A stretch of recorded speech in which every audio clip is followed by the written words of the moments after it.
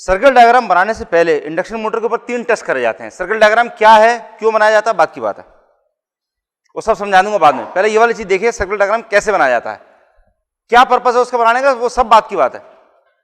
जब एक बार बन जाएगा फिर आपको समझ आ जाएगा क्यों बनाया जा रहा है। सर्किट डायग्राम बनाने के लिए 3 तरह के टेस्ट करे जाते हैं। पहला है स्टेटर रेजिस्टेंस टेस्ट।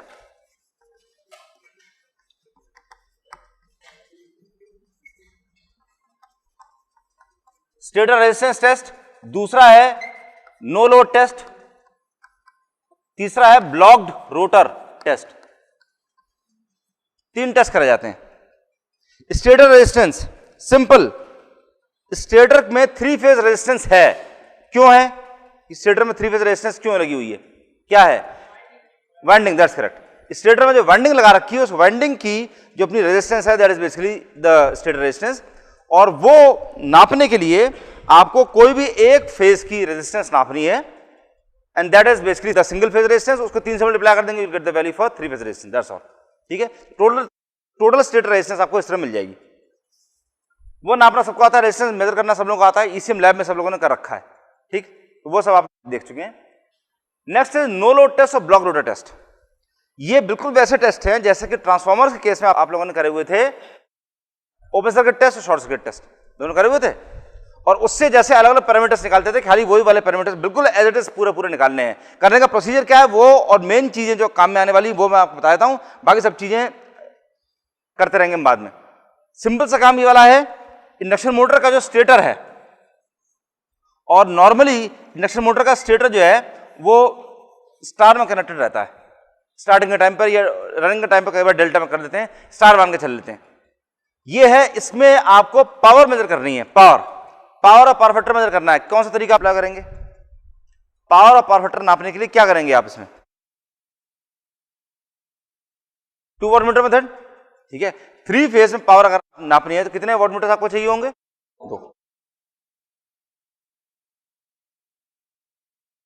तो खाली आपको ये वाला काम करना है कि यहां से आपने सप्लाई दे दी,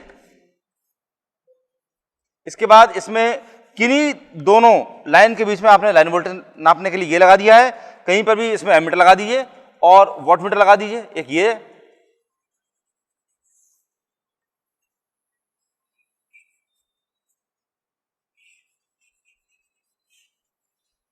एक वॉटमीटर ये लगा हुआ है, एक वॉटमीटर ये लगा हुआ है। ठीक, this gives you the power. इसके बाद आपको नो लोड पर रन करना है। नो लोड पर ये जो करंट नापेगा that current will be I not, this voltage will be VL line voltage, उसमें वी नॉट क्या होगा, लोड वोल्टेज पूरा रहेगा।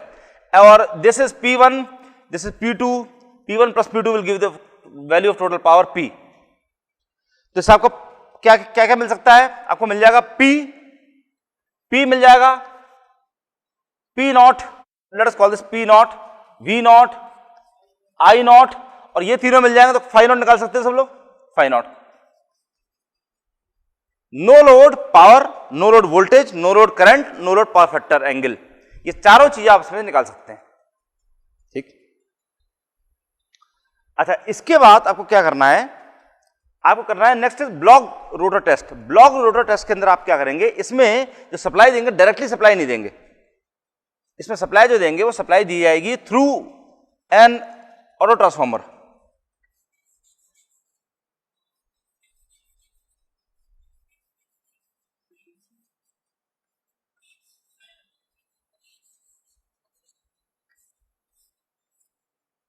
ऑटो ट्रांसफार्मर के थ्रू इसमें सप्लाई देंगे। ऑटो ट्रांसफार्मर के थ्रू इसमें सप्लाई देने का फायदा यह है कि आप इसमें वोल्टेज कम ज्यादा कर सकते हैं। ठीक है, तो इसका करने का तरीका क्या है, पिछले वाले में आपको सिंपल ही वाला काम करना था, उसमें लोड मत लगाइए, कोई सा भी लोड मत लगाइए। इंडक्शन मोटर है तो ऑब्वियसली लोड किस तरह का होगा, उसमें मैकेनिकल लोड मतलब पुली से बेल्ट से जो लोड लगाया जाता है वो लोड उसमें बिल्कुल मत लगाइए, और सिंपली उसको चालू कर दीजिए, बिना लोड लगाए उसको चालू कर दीजिए, और आपको power, current, voltage, power factor, angle, ये सारी चीजें मेजर कर लीजिए। ब्लॉक रोटर केस में क्या काम करना है आपको कि पहले ये ऑटो ट्रांसफार्मर के थ्रू आप सप्लाई दे रहे हैं, सप्लाई ऑन करने से पहले आपको 2 काम करने हैं। एक तो ये सारे एरोज ये बिल्कुल 0 पे रहने चाहिए। इसका मतलब क्या है, अगर सप्लाई ऑन कर दे तो इधर वोल्टेज जा ही ना पाए, सारा वोल्टेज ऑटो ट्रांसफार्मर की वाइंडिंग के अंदर ही रह जाए, आगे ना जाने पाए। ठीक है, आउटपुट वोल्टेज 0, ऑटो ट्रांसफार्मर का जो आउटपुट वोल्टेज है वो 0 पर सेट करके, और दूसरा काम करना है कि इसका जो रोटर है, रोटर को ब्लॉक कर दीजिए। रोटर को ब्लॉक करने के लिए आप कुछ भी, कोई भी तरीका यूज कर सकते हैं। किसी बार वगैरह से आपने फंसा दिया, क्योंकि इसकी जो शाफ्ट होती है वो शाफ्ट इस तरह की होती है, शाफ्ट होती है उस पर कीवे बना होता है, तो कीवे के थ्रू आप इसको शॉर्ट कर सकते हैं। कोई आपने क्लैंप लगा दिया या इसने पकड़ लिया हाथ से, ये वाला काम भी कर सकते हैं। बहुत ज्यादा उसके अंदर ताकत नहीं होती, मतलब होती है but you can hold it.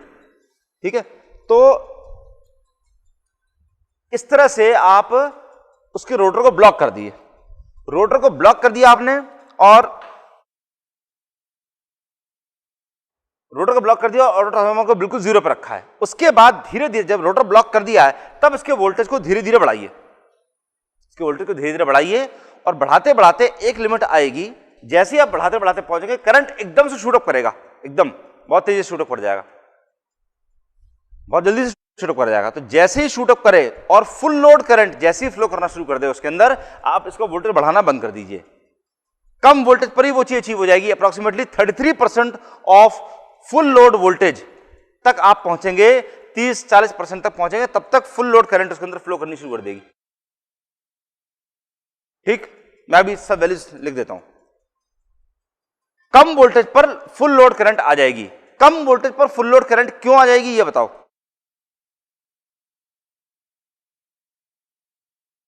क्योंकि उस पर मैकेनिकल लोड बहुत ज्यादा है, आपने रोटर को ब्लॉक कर रखा है। अगर ऐसे में आपने फुल वोल्टेज दे दें तो करंट की वैल्यू कितनी हो जाएगी? बहुत ज्यादा हो जाएगी। अगर आपने पूरा वोल्टेज दे रखा है और रोटर को ब्लॉक कर दिया तो load is maximum possible load, जितना भी मैक्सिमम पॉसिबल लोड आप लगा सकते हैं उतना लोड हो गया। इसका मतलब क्या हो गया कि आपने पंखे में फॉर एग्जाम्पल सप्लाई दे दी और पंखे को पकड़ लिया तो पंखा चल ही नहीं पा रहा है, तो करंट की वैल्यू बहुत ज्यादा बढ़ जाएगी। इसीलिए वो करंट की वैल्यू बहुत ज्यादा ना पहुंचने पाए, इसलिए आप क्या करते हैं कि वोल्टेज को धीरे धीरे बढ़ाते हैं। रोटर को ब्लॉक कर दिया, वोल्टेज को धीरे धीरे बढ़ा रहे हैं, और जैसे ही फुल लोड करंट फ्लो करनी शुरू कर दे वहीं पर आप रुक जाते हैं। क्योंकि फुल लोड करंट से ज्यादा अगर करंट हो जाएगा तो प्रॉब्लम क्या आएगी? वाइंडिंग जल जाएगी। जस्ट ठीक है, तो नो लोड टेस्ट के बारे में एक चीज देखिए, this is done at rated voltage. Voltage की वैल्यू पूरी रहती है। नो लोड टेस्ट का जो डायग्राम था उसमें ऑटो ट्रांसफार्मर नहीं लगा रखा था, पूरा वोल्टेज आपने इसके अंदर दे रखा था। This was done at rated voltage. Block rotor test, this is done at rated current.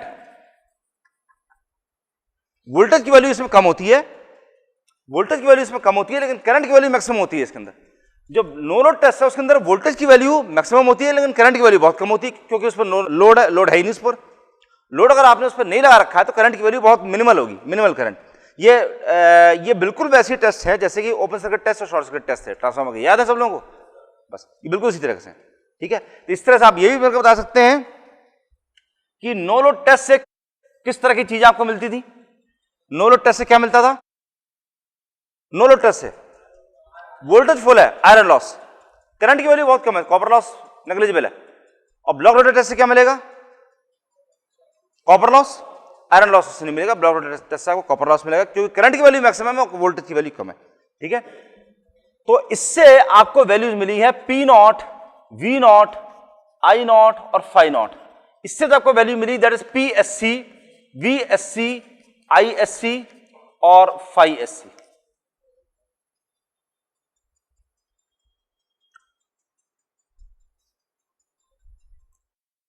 Just एक अंडरस्टैंडिंग बढ़ाने के लिए, P नॉट और PSC में से कौन सा कम होगा, कौन सा ज्यादा होगा? P नॉट और PSC में कौन सा ज्यादा होगा? करेक्ट। क्यों ऐसा तुम्हें क्यों लगता है कि PSC ज्यादा होगा? जवाब है इसका PSC ज्यादा होगा, लेकिन क्यों? करेक्ट, शॉर्ट सर्किट के अंदर करंट हाई है, करंट बहुत ज्यादा वैल्यू है, इसका मतलब पावर कंजम्पशन मैक्सिमम है, मैक्सिमम पॉसिबल पावर कंजम्पशन हो रहा है, तो PSC की वैल्यू ज्यादा है। V नॉट और VSC में कौन सा ज्यादा होगा? V not. क्यों? करेक्ट, क्योंकि उसके केस में आप फुल लोड वोल्टेज दे रहे हैं, पूरा वोल्टेज आपने उसके अंदर दे रखा था। It is done at rated voltage, rated voltage की वैल्यू डेफिनेटली ज्यादा है, तो V नॉट ज्यादा है, और VSC तो आप वैसे ही रिड्यूस करके दे रहे हैं, तो VSC की वैल्यू बहुत कम है। I नॉट और ISC में किसकी करंट ज्यादा होगी? ISC, that's correct. Short circuit current है, एससी का मतलब शॉर्ट सर्किट, तो शॉर्ट सर्किट करंट होगी, फुल लोड करंट इसके अंदर फ्लो कर रही है, that means IC is much more, I not की वैल्यू बहुत कम होगी, नो लोड करंट के बराबर है, नो लोड करंट है वो, जैसे ट्रांसफार्मर में नो लोड करंट थी, दैट्स ऑल। और फाई नॉट और फाई एससी में क्या होगा, which we don't know as yet, अभी हमको पता नहीं है, वो जब आप उसको सॉल्व करेंगे देन यू नो, ठीक। तो ये टेस्ट करने के बाद में आपको सर्किट डायग्राम बनाना है। कैसे बनाना है, मेरा सजेशन क्या है कि इस टाइम आप खाली ये देखिए कि सर्किट डायग्राम कैसे बनाया जाता है। सर्किट डायग्राम बनाने के लिए पहले आप क्या करेंगे, ड्रॉ द एक्सिस, ये आपने एक्सिस ड्रॉ कर दी, ठीक है, एक्सिस ड्रॉ कर दी। इसके बाद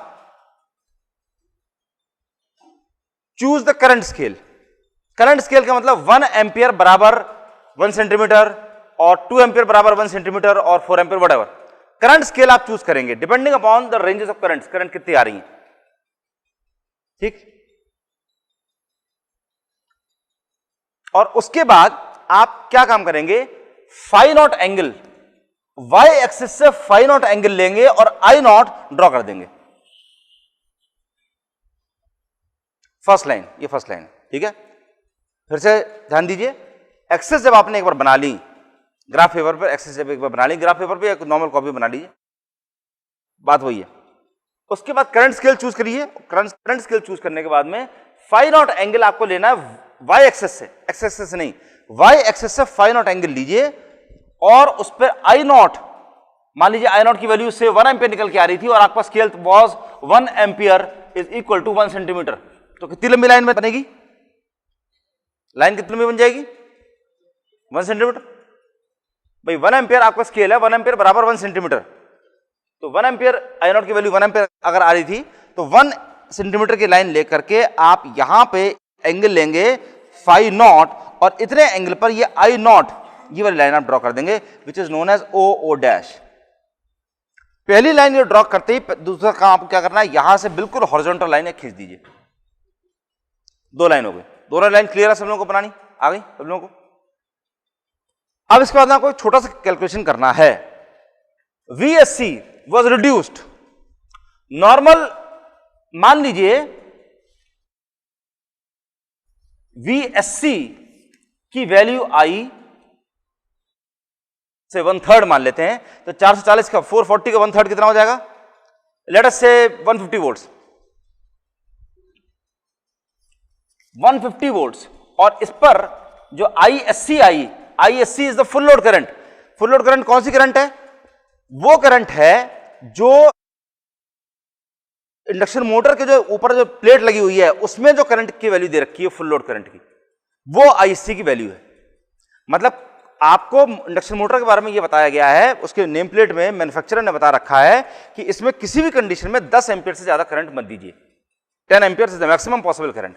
तो आपको और ट्रांसफार्मर ये तब तक धीरे धीरे बढ़ाना है जब तक कि इसके अंदर 10 एम्पियर फ्लो करनी शुरू ना कर दे, जैसे ही 10 एम्पियर हो जाए फौरन उसको बढ़ाना छोड़ दीजिए, उस टाइम ये वोल्टेज की वैल्यू काफी कम होगी। और अगर 440 वोल्ट अगर इसकी रेटेड वोल्टेज है तो this will be achieve somewhere close to 150 volts. 150 volt पे ISC की वैल्यू चल रही है 10 एम्पियर्स। अब आपको यह निकालना है कि अगर आपने इसमें VSN दिया होता, VSN is equal to 440 volts, 450 कर देते हैं, ठीक है, कैलकुलेशन आसान हो जाएंगे। अभी अगर आपने इसमें कैलकुलेट करके आपको यह निकालना है कि 150 के बजाय अगर आपने फुल 450 वोल्ट दिया होता, 450 वोल्ट इसकी रेटेड वैल्यू थी, ठीक है, जो इंडक्शन मोटर की जो नेम प्लेट जो थी, प्लेट के ऊपर ये लिखा हुआ था 450 वोल्ट्स 10 एम्पियर्स, ये इंडक्शन मोटर 450 वोल्ट की है और 10 एम्पियर की है। अगर ऐसा दे रखा होता, मतलब अगर 450 वोल्ट आपने दे रखे होते, 150 वोल्ट पर 10 एम्पियर है, 450 वोल्ट पर ISN कितनी होती करंट, कितनी ISN की वैल्यू कितनी हो जाती, 30 एम्पियर्स, 30 एम्पियर्स। कैसे, simple, this upon this is equal to this upon this, simple. 150 volt पर 10 एम्पियर चल रही है, अगर इसको 3 गुना बढ़ा देंगे तो करंट भी 3 गुना बढ़ जाएगी, सिंपल, क्योंकि इंडक्शन मोटर की जो अंदर की इंपीडेंस है दैट इज कांस्टेंट, इंपीडेंस तो कांस्टेंट है, तो ये भी 10 एम्पियर की जगह ये हो जाती 30 एम्पियर, ठीक। अब इसके बाद फाई SC एंगल पर ISN ले करके वो करंट यहां पर प्लॉट करनी है। यहां से आपको ये डॉटेड लाइन बनानी है,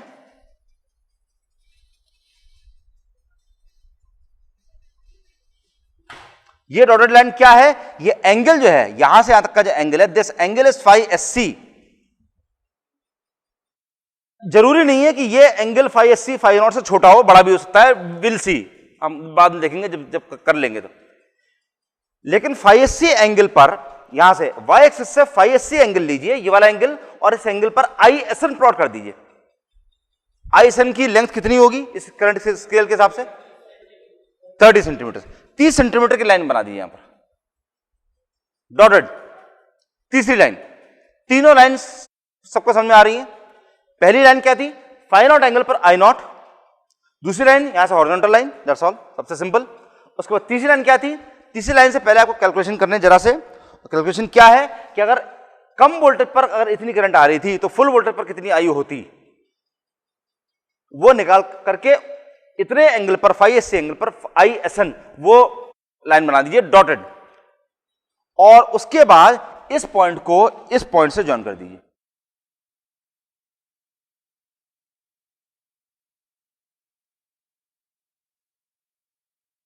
ये चौथी लाइन, ठीक, चारों लाइनें क्लियर।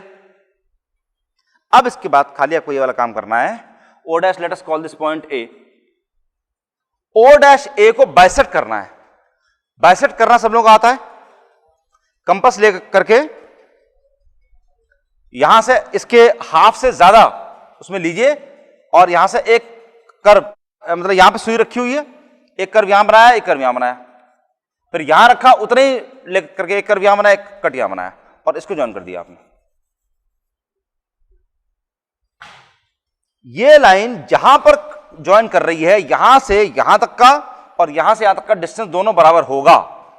क्यों बराबर होगा, क्योंकि यहां से आप यहां तक का रेडियस लेके जब आप सर्किल बनाएंगे,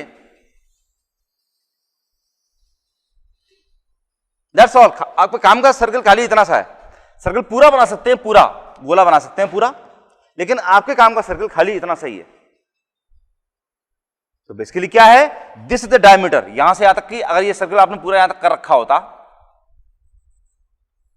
तो यहां से लेकर करके यहां तक का जो होता, that would have been the diameter, ये डायमीटर हो जाता, और इसलिए ये यहां से यहां तक का रेडियस होता है, तो यहां से यहां तक का भी रेडियस होता है। इसका मतलब ये लाइन कौन सी है, ओ डैश ए क्या है, कॉर्ड, और कॉर्ड का जो बाइसेक्टर है that always passes through the centre, ये ज्योमेट्री की थ्योरम है। तो कॉर्ड का बाइसेक्टर सेंटर से पास होता है, तो this was the centre, centre से आपने यहां तक का लिया रेडियस और कर्व बना दिया यहां से ओ डैश ए तक का, दैट्स ऑल, बस इसके आगे की जरूरत नहीं है। और ए से स्ट्रेट लाइन नीचे बना दीजिए। इतना करने के बाद में खाली आपको एक लाइन बनाना और रह जाएगा। If this is A, then let us call this point to be B, और फिर ये सी है, फिर ये डी है, और यहां से आपको ये ज्वाइन करना है। बी पॉइंट कैसे मिलेगा बात की बात है, बी पॉइंट मैंने अभी पता करना बताया नहीं है, बी पॉइंट कैसे मिलेगा, ए बी की लेंथ कितनी है, बीसी की लेंथ कितनी है, बात की बात है, वो बताऊंगा बाद में। अभी खाली क्या समझ, पूरा प्रोसेस एक बार फिर से, नो लोड टेस्ट और ब्लॉक लोड टेस्ट, ये दोनों टेस्ट आपने करे। नो लोड टेस्ट से आपको power, voltage, current, perfect triangle की 4 चीजें मिल गई। उसी तरीके से यही 4 चीजें ब्लॉक लोड टेस्ट के लिए भी मिल गई। ब्लॉक लोड टेस्ट में आपको कम वोल्टेज पर कम करंट की वैल्यू मिल रही है, तो इसलिए आपने ये निकाल लिया कि फुल वोल्टेज अगर दे रखा होता तो करंट की वैल्यू कितनी मिलती। ये चीजें आप प्रैक्टिकली कभी अचीव नहीं कर सकते। 450 वोल्ट और 30 एम्पीयर प्रैक्टिकली अचीव नहीं कर सकते। क्यों नहीं कर सकते, जल जाएगी वाइंडिंग, दैट्स करेक्ट। वो वाइंडिंग जो है 10 एम्पीयर के लिए बनाई गई है, सिंपल। उसमें रेटेड करंट उसमें कितनी लिख रखी है, 10 एम्पीयर। 10 एम्पीयर से ज्यादा इसके अंदर पास ना होने दीजिए, और ऐसे में अगर आप उसमें 30 एम्पीयर भेज देंगे जल जाएगी वाइंडिंग। इसलिए वो वाली चीज आप कभी अचीव नहीं कर पाएंगे। रोटर ब्लॉक कर रखा है, ये सबसे बड़ी बात है, रोटर को आपने ब्लॉक करा हुआ है, इसलिए लो वोल्टेज पर आपने लो करंट निकाल रखा है। तो हाई वोल्टेज पर हाई करंट कितना होगा, this can be easily calculated. उसके बाद जैसे आपने फाई नॉट से आई नॉट बनाया था, उस तरह फाई एस एंगल पर आई एस प्लॉट कर दीजिए। तो पहली लाइन है ओ से लेकर ओ डैश तक की, फिर दूसरी लाइन हॉरिजॉन्टल लाइन है, तीसरी लाइन ओ से लेकर ए तक की है, डॉटेड लाइन है। ओ डैश ए को ज्वाइन करना है, और उसका जो बाइसेक्टर है वो बाइसेक्टर इस ओ डैश वाली लाइन को जहां कट कर रहा है वहां से आप एक सर्कल बना दीजिए।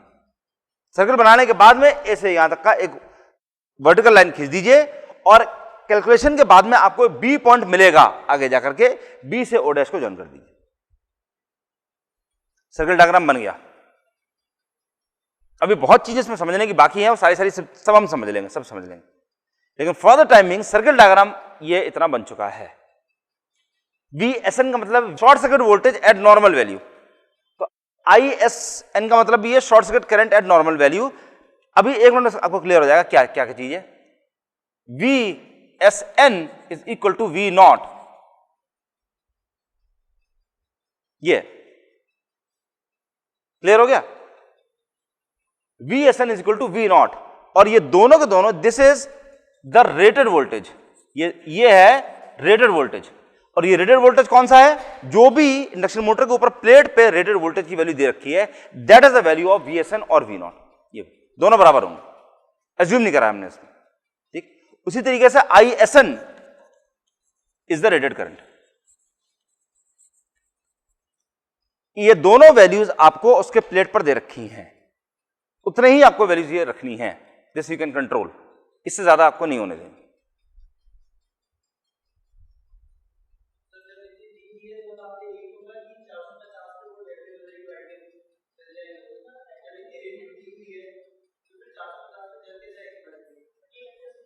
क्योंकि इसका जवाब कोई दे सकता है, सवाल यह है कि अगर 450 पे वाइंडिंग जल जाएगी,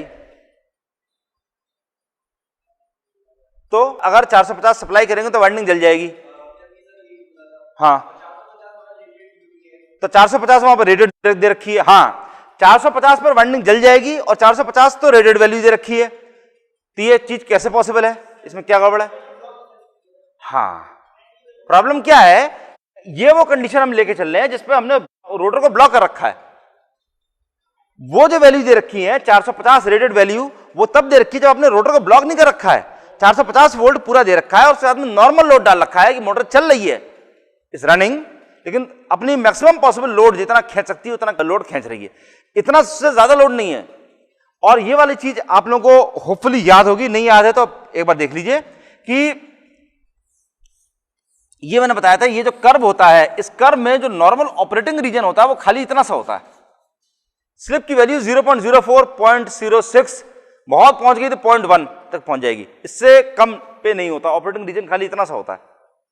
इसके बाद अगर आप लोड बढ़ाएंगे तो स्पीड की वैल्यू कम होनी शुरू हो जाएगी। स्पीड की वैल्यू नॉर्मली इस रेंज में ही अलाई करती है, इससे ज्यादा अगर आप बढ़ाते हैं लोड की वैल्यू तो स्पीड की वैल्यू कम होनी शुरू हो जाएगी। इसका मतलब क्या हो गया? इसका मतलब आप लोड को ज्यादा बढ़ा रहे हैं, इतना लोड बढ़ाना नहीं चाहिए। हाँ,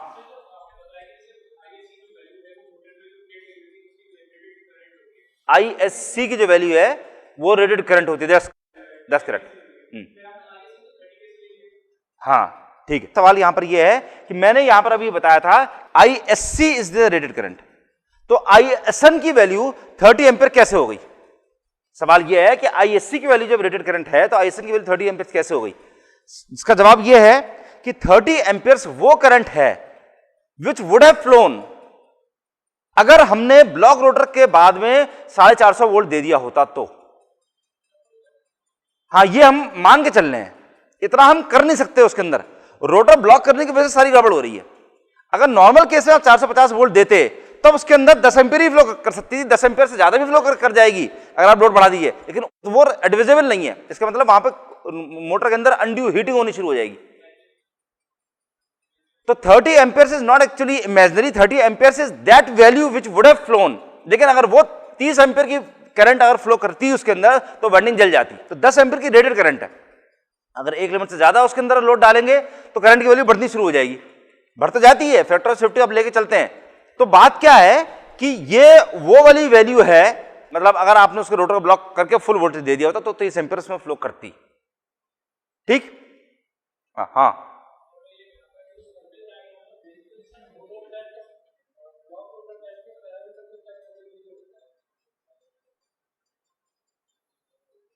नहीं बैठो,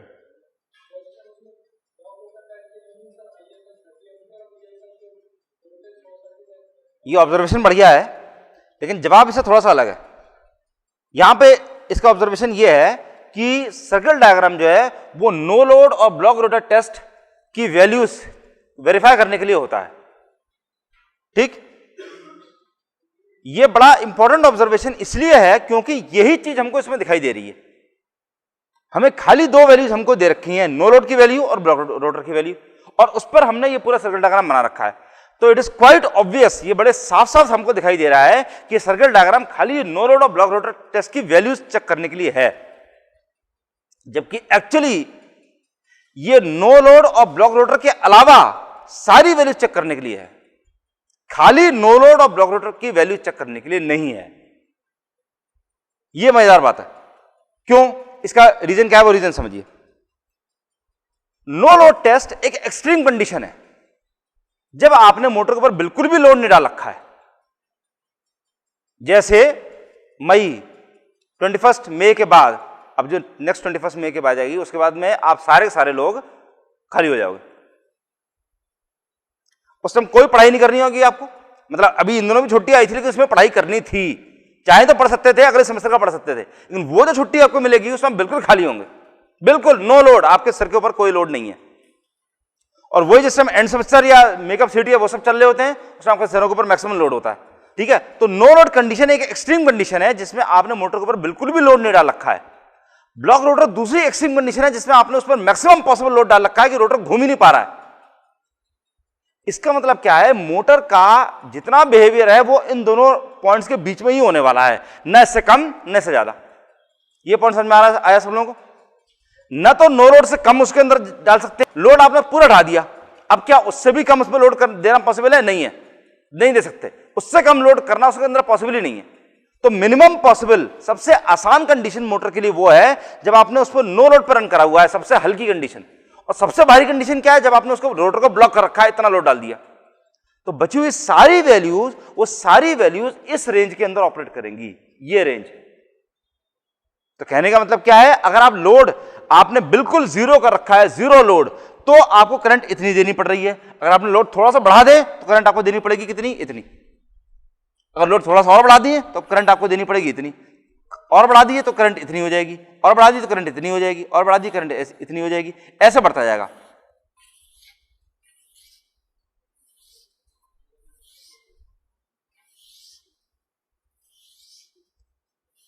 ये है।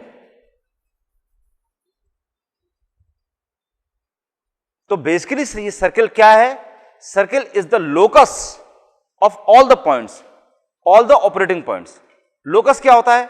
आप इसको सर्किल डायग्राम को दूसरी तरीके से भी बना सकते थे। आप बेसिकली क्या करें, ये सब काम नहीं करें, आपने इंडक्शन मोटर को बिल्कुल नो लोड पर रन करा, कितना एंगल हुआ, करंट और एंगल आई नॉट और फाई नॉट नापा और ये लाइन ड्रॉ कर दी। फिर आपने उस पर लोड थोड़ा सा बढ़ाया, फिर करंट नापा और फाई नॉट नापा, आई और फाई दोनों नापे, फिर वो वाला एंगल बनाया, फिर वो वाली वेक्टर बनाया, फिर लोड और बढ़ा दिए, धीरे धीरे लोड बढ़ाते जाइए और करंट और पावर फैक्टर एंगल दोनों चीजें नापते जाइए और उतने एंगल पर इसको बनाते जाइए। और सारे जब आप ज्वाइन कर देंगे सारे ऐसे पॉइंट्स, तो अपने आप आपको सर्कल मिल जाएगा। ये समझे? सर्कल डायग्राम का पर्पस समझ में आ रहा है सब लोगों को? मतलब क्या है कि दो एक्सट्रीम कंडीशन के बीच में ही उसकी सारी कंडीशन लाई करने वाली हैं। तो आपने एक्सट्रीम कंडीशन प्लॉट कर दिया और उसके बाद में आपने सीधा कर्व बना दिया। अब आपको यह पता है कि खाली आपको आई नॉट की वैल्यू अगर मिल जाती है, मतलब I1 की वैल्यू, मतलब नॉर्मल केस में इंडक्शन मोटर जो रन कर रही है वो इतना करंट ले रही है, इसकी वैल्यू मान लीजिए 1 एम्पियर है और ISN की वैल्यू 30 एम्पियर है। अब नॉर्मल केस में आपको ये पता चला कि आपने लोड उस पर इतना लगा रखा है कि उसमें करंट की वैल्यू 5 एम्पियर जा रही है, तो सीधे 5 एम्पियर का मतलब क्या होगा, कितना सेंटीमीटर हो गया? 5 सेंटीमीटर। 5 सेंटीमीटर का यहां से कट यहां लगा दीजिए, लाइन खींच दीजिए यहां से यहां तक की, you get all the operating point, सब मिल जाएंगे इसके अंदर, सारी चीजें आपको इसके अंदर मिलनी शुरू हो जाएंगी। ये चीज है। और कौन कौन सी चीजें मिलेंगी वो वाली चीजें भी देख लीजिए, क्योंकि खाली इसके अंदर ये नहीं नापा जाता है, ये 4 चीजें, इसमें नापने के लिए बहुत सारी चीजें, वो सब आपको इस सर्कल डायग्राम से आराम से मिल जाते हैं।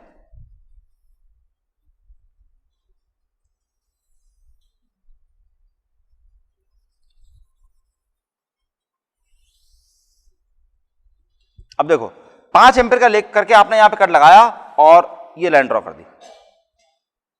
अगेन मैंने अभी तक आपको ये नहीं बताया कि बी कहां से आया, लेकिन अभी क्लियर हो जाएगा कैसे है, क्या है। अब देखो this O' A is known as the output line, O dash B is known as the torque line. अब देखिए, ये रहा P Q R S T. PQ is the measurement of the mechanical output of the rotor output. QR is rotor copper loss. QR. RS is stator copper loss. ST is stator iron loss, which is obviously constant. अब क्या हो गया कि आपने 5 centimetre वाला cut बनाया, आपको ये वाली वैल्यू मिल गई। मान लीजिए करंट की वैल्यू होती है 8 एम्पियर, तो आपने यहां से 8 एम्पियर का लिया, कट लिया और ये लाइन नीचे खींच दी। अब उसके बाद में ABCDEFG GHIJKL GHIJK।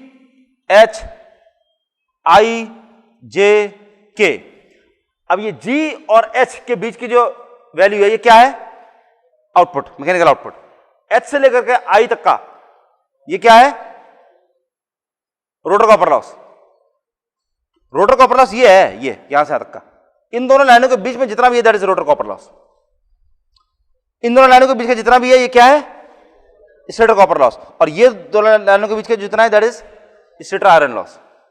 और अगर आपने फुल वोल्टेज 450 वोल्ट दे रखा है और करंट की वैल्यू 30 एम्पियर है, तो आपका कट बनना है ऑब्वियसली यहां। इस टाइम मैकेनिकल आउटपुट कितना है? मैकेनिकल आउटपुट कहां से कहां तक का है? 0। क्यों? क्योंकि रोटर ब्लॉक्ड है। रोटर ब्लॉक है, रोटर घूम ही नहीं पा रहा, मैकेनिकल आउटपुट 0 है। और A से B तक क्या है? ये पूरा रोटर कॉपर लॉस है, रोटर कॉपर लॉस। B से लेकर C तक का क्या हो गया?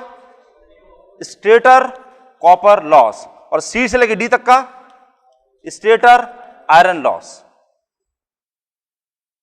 तो B point is the partition between rotor copper loss and stator copper loss. ये है। ये कैसे निकाला जाता है, ये वाली चीजें अभी आपको नेक्स्ट, फिलहाल आप खाली इतना याद रखिए, ठीक।